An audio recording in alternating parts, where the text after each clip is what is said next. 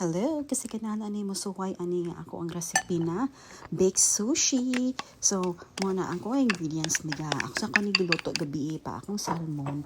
Niya pagkabuntag na nako nagi-shred. Para bugnaw ba? Niya pagka before ka muluto aning salmon, imo sang kuha ng bukog, make sure may bukog. Kaya na mabukog ta ikaw sa sushi. So anyway, pagka shred nako, ako pong i-shred ang ako ang crabs. Yeah, imitating crabs na ko. So, ako na siyang gi-shred. Pag man ako shred, ako na siyang gisagol sa duha. So, muna ako mixture sa ko ang salmon. Akong salmon, kumuta na mo sa recipe sa akong salmon, gisan ako pag-bake. Ako na siyang ibutangan og salt and pepper. Kaya pagkahuman, ako na siyang gi-bake antod maluto. Kaya pagkahuman, ako na siyang gi-shred pagkaugma. Yan muna, kita ka sa akong recipe na cream cheese og mayo. Mura na siya ang ingredients. So, ang cream cheese na ko, katunga ra. Akong mayo is murag 2 cups ana nga mayo. Daghan kay na. Or katunga ng botilya. So, ako na siyang gikuan.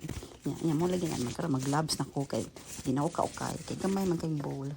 Yan ang tuuling masigo ra di ay. So, ako na siyang giukay. Yan, ang katag na sa kuan. Kay, syempre, puno man mo na siya. So, o kayo ni magmaayo na siya, hantod na ganang basa-basa na siya. So, sakto lang. So, ako manggo, di ko ganahan nga daghan ng cream cheese, gamay mayo. Kaya nga no, ako na siyang gisuwayan. Ang ending, uga ang akong baked sushi. So, mas maayo, mas daghan ay mong mayo, ayan, gamay ang cream cheese. So, muna siya. So, muna, like, after na ko ukay, make it sure nga nanay, daghan ng nabasa na ang salmon, ang mixture na. So, mix ni mo na. Taro nga po nila lang po nila nga way bukog. Okay. Nagulay mo ng salmon ay bukog. So, darana ni mo kung pwede mo salmon, pwede po tuna, pwede po kanaganing century tuna, imura isaan, kamara. Pero kung wala kayong pumahalan ka sa tuna, budgeted, pwede ra. So, yan. Different style. So, anyway, muna akong gigamit. Ako na siyang gimix. So, maayo.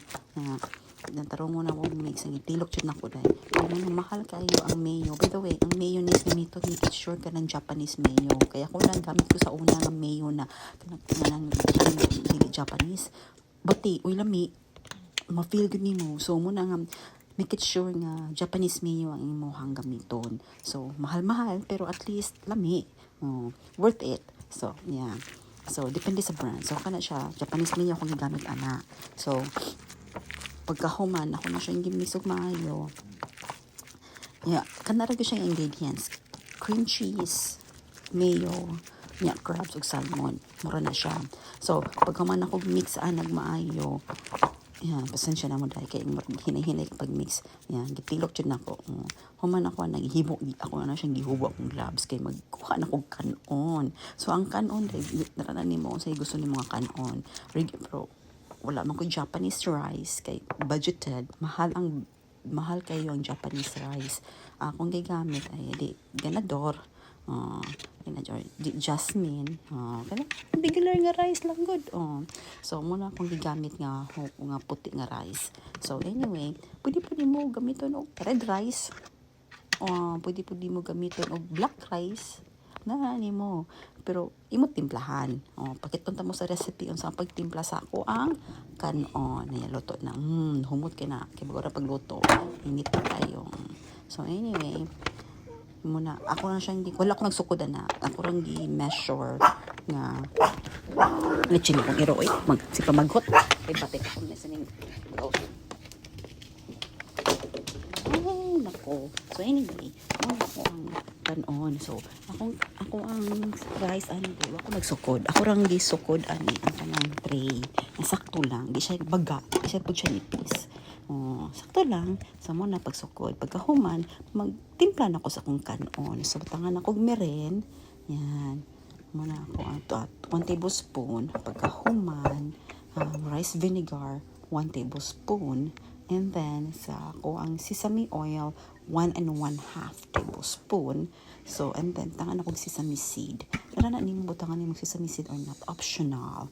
Pero muna siya, wala ko butang asin, kini may uban butang na asin ang kanon, pero wala ko butang kay parat na, kaya kung si samisi, akong ko ang seaweed parat naman good, nang asta po akong salmon na ano ko na ko asin, so wala ko na butangin na, so ako na siyang giukay, okay, mix it, kailangan sa kusog pagka-mix ba para malasa tanan. So, hindi mo na siya okay yung nagtarong. Pasensya na dahil nanguha akong kuhan. Ako naman butangan ang babaw among kanon og kinwa. So, yan, mga nagkinwa. Akong nagkikuha na ba. Tuunin mo nga hugawa. Hindi na hugawa. Kinwa rice na siya. So, anyway, kinwa man may. So, muna, pagkahuman, paghuman ako okay, ako ra pong gipatag balik. Yan. Paghuman ako patag balik, dihaan ako ibutang ako ang salmon mixture. So, yan. Paghuman ako butang diha. Make sure sakta. Kanang salmon ako level po taon sa tingon na may baga ni nipis level po din mo sa ka-tray.